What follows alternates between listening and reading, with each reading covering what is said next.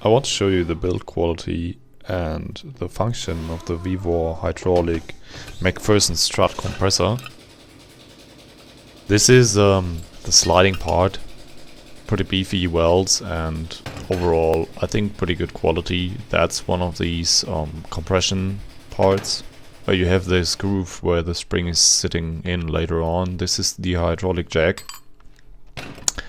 It's all pretty beefy and I think of actually alright quality, especially for the price, for about, I guess, it was like a little bit over 100 euros, so pretty impressive.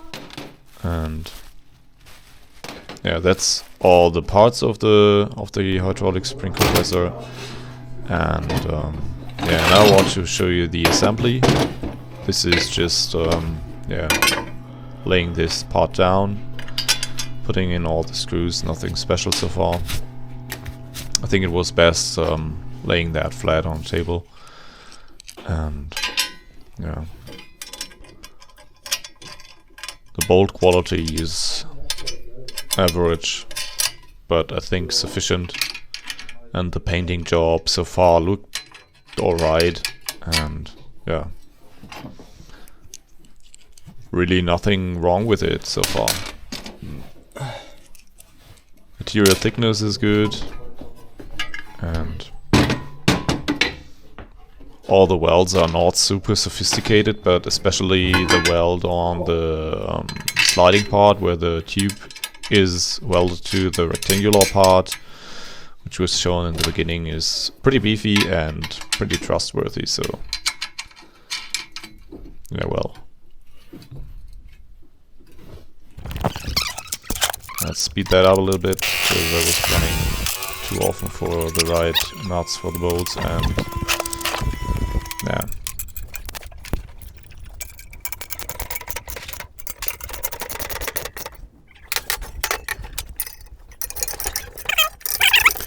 get that tight. This is the sliding part, and it's all roller, so that's not rubbing against the paint on the standing pole, but rolling on it.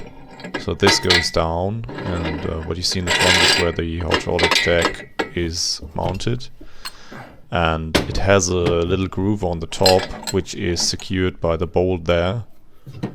So when you place that right on the lower part, it just directly mounts there. Speed that up a little bit again, and yeah, it says up on the upper part, so this reinforcement welded in part should be upward, so it's under compression load, not under tension load, which makes sense. And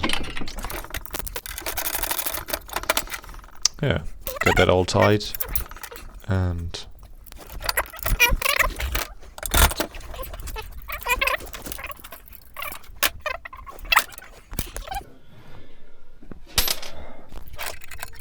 this is the foot lever for the pump.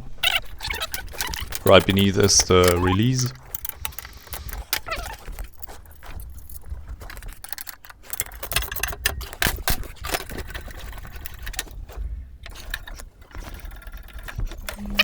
And there you have it, your finished hydraulic spring compressor.